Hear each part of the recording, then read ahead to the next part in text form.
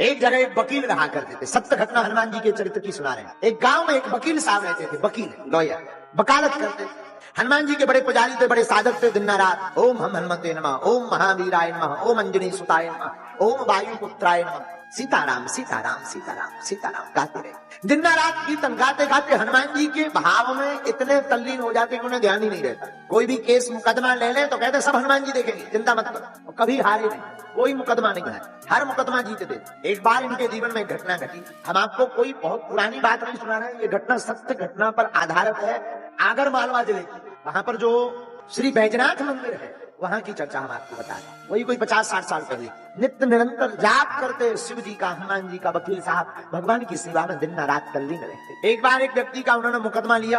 वो व्यक्ति पूर्णतया निर्दोष था। वकील साहब ने मुकदमा पढ़ा, केस को सुना, समझ गया ये मुकदमा सत्य है, ये जो व्यक्ति बोल रहा है ये निर्दोष है, इसको कहीं सजा ना हो जाए। बोले ठीक है भाई, चिंता मत करो, साहब प्रभु लीला करेंगे, लाओ हम तुम्हारा मुकदमा लड़ेंगे और तय है जीतोगे। उस व्यक्ति ने हाथ जोड़कर कहा क्षमा करना, सबका कहना है कि हम ये मुकदमा नहीं लड़ेंगे, हारेंगे, आप उल्टी बात बोल रहे हैं। साधु जी बुरा मत मानिए, यहाँ पर जितने पागल बैठे हैं मेरे पागल, तुम अपनी जिंदगी में याद रखना, जिंदगी में संसार से जब निराश हो जाओ ना, तब इनकी बाह पकड़ लेना। ये वो दर है जहाँ से कोई हारता नहीं, हमेशा जीत कर आता है। वकील साहब ने कहा कि विजय होंगे, केस हम जीते।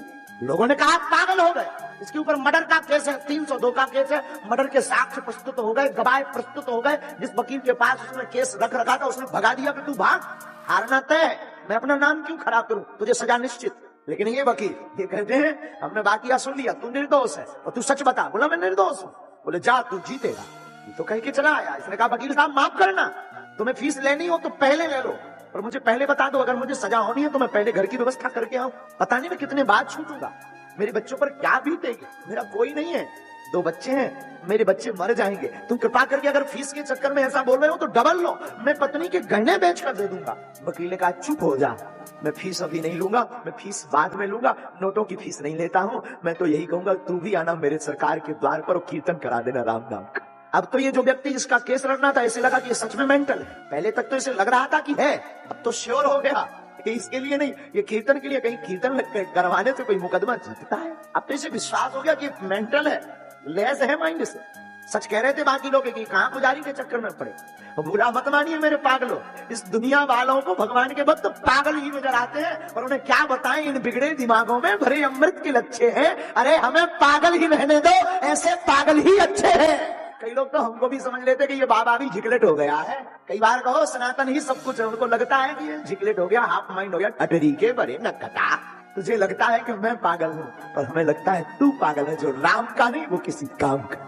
उस व्यक्ति ने कहा जिसका मुकदमा था, उससे लगा कि ये तो सच में मेंटल है। वैसे भी सब लोग जितने और लॉयर थे, जितने वकील थे, वो कह ही रहे थे कि ये पागल है, इसके चक्कर में मत पड़ो। लेकिन अब तो तय हो गया। लेकिन मरते क्या नहीं करते, देखते हैं इनका इष्ट क्या करता है। जिंदगी में विश्वासम फलम दायकम, विश्वास फलीभूत होता। आपका भरोसा कितना मजबूत है अपने इष्ट के प्रति, अपने गुरु के प्रति, हमारा इष्ट और हमारा गुरु उतनी ही कृपा करेगा जितना तुम्हारा भरोसा होगा। आप जितना धोखा सामने वालों को दे रहे होंगे, उसका ठीक बराबर का धोखा वो तुम्हें दे रहा।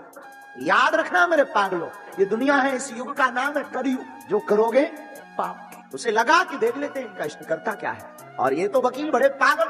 महादेव आए, अपना बही खाता जो वो फाइल होती है वकीलों की, फाइल बनाई उस मुकदमे की, सरकार के चरणों में रखी, और वही पूजा, पुरानी पद्धति, वही पद्धति, हाथ में माला लिए जप रहे हैं।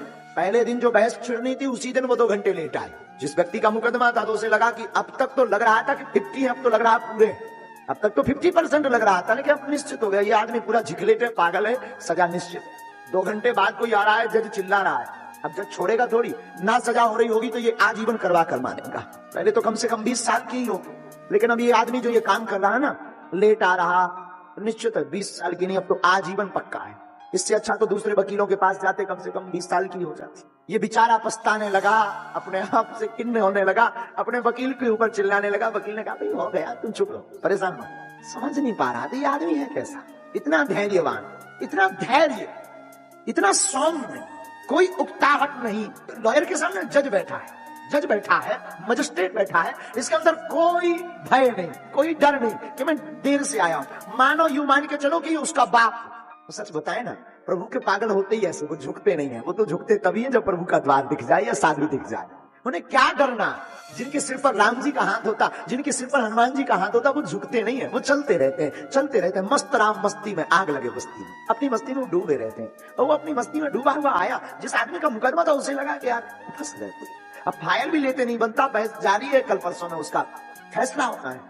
तब तक जज ने कहा कि अब तक क्यों आए? इसने एक शब्द में बोला, माय लॉर्ड क्षमा करना, मैं अपने सरकार की सेवा में था। इस जज के ऊपर भी एक दूसरा जज है, मैं उस मजिस्ट्रेट के संरक्षण में था जिसका ऑर्डर तुम भी स्वीकार करते हो। जिस आदमी का मुकदमा था उसे लगा कि बताओ लो, इससे भी बहस, कहीं ऐसा ना हो कि मुझे तो आजीवन ले जाएगा, खुद ना कुछ खा जाए। लेकिन वो वाणी, वो तरंग, वो वाणी का ओज काम करता है। जो साधु पुरुष होता है, भक्त पुरुष होता है ना, उसका स्वभाव, उसका स्वरूप, उसकी वाणी, वो वाणी की सौम्यता, वो वाणी का निखार, वो वाणी का आकर्षण काम करता है। जज ने कोई जवाब नहीं। जज ने कहा सुनिए, कल फैसला है। ये आदमी भागा भागा गया तो वकील ने कहा कहां जा रहे हो? बोले कल फैसला है, मैं जरा बंदोबस्त करके आऊं, घर पे 1 आध साल का राशन तो रख के आऊं कम से। बोले क्यों? बोले तय है कि आजीवन होनी है मुझे, और एक और काम करना, कम से कम इतनी कृपा करना, कल टाइम पे आ जाना वरना फांसी लगे। वकील ने, उस साधु पुरुष ने मुस्कुराकर कहा तुम जाओ, कोई व्यवस्था मत करके आना, तुम तो सीताराम कहकर आना। दूसरा दिन हुआ, हद पार हो गई। दूसरे दिन तो और बड़ी बारी लीला हो गई। ये मंदिर गए, मंदिर में सरकार के पास बैठे, हनुमान चालीसा में ऐसा मन रम गया, ऐसा मन रम गया, ऐसा मन रम गया कि कब कोर्ट का टाइम हो गया, कब निकल गया खबर नहीं। कोर्ट का टाइम 20 मिनट से, इसे ध्यान आया, आंख खुली, भागा भागा लेकर के फाइल पहुंचा तो मारा गया। भागा भागा सीधा चैम्बर में घुस गया। पहरेदार ने रोका, पागल हो गए हो, क्यों भाग रहे? अरे बोले हट तू, रुक जा। अंदर गए, जज सामने बैठा हुआ था, क्षमा मांगे, माफ कीजिए, आज फैसला था, मैं टाइम पे नहीं आया, पूजा में बहुत ज्यादा व्यस्त रहा। जज साहब बोले तुम पागल हो गए क्या? आज जैसी जो वकालत की बहस तुमने की, जिंदगी में किसी वकील ने हमारे सामने नहीं की। जो वकालत आज मैंने सुनी, मैं तो तब से ताली बजा रहा हूं कि उस वकील को बुलाओ जो वकालत के तथ्य प्रस्तुत किए, आज तक किसी ने नहीं कर पाया। मेरा मुंह पहली बार जिंदगी में स्तब्ध रह गया। मैं तो तुम्हें धन्यवाद दे रहा हूं कि क्या करते हो यार। वकील चौंक गया।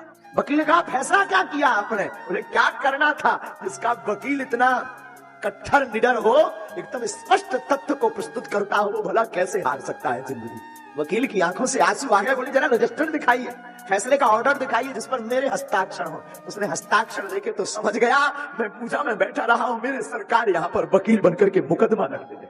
मेरे पागल हो तुम, अपनी जिंदगी में आज इस कथा से गांठ बांध कर जाना। तुम्हारा भरोसा अपने इष्ट पर मजबूत होगा ना, तुम्हारी श्रद्धा अपने गुरु पर, अपने इष्ट पर मजबूत होगी ना, तुम जिंदगी की कोई भी जंग, किसी भी लड़ाई में हारोगे नहीं, नहीं हारोगे, नहीं हारोगे।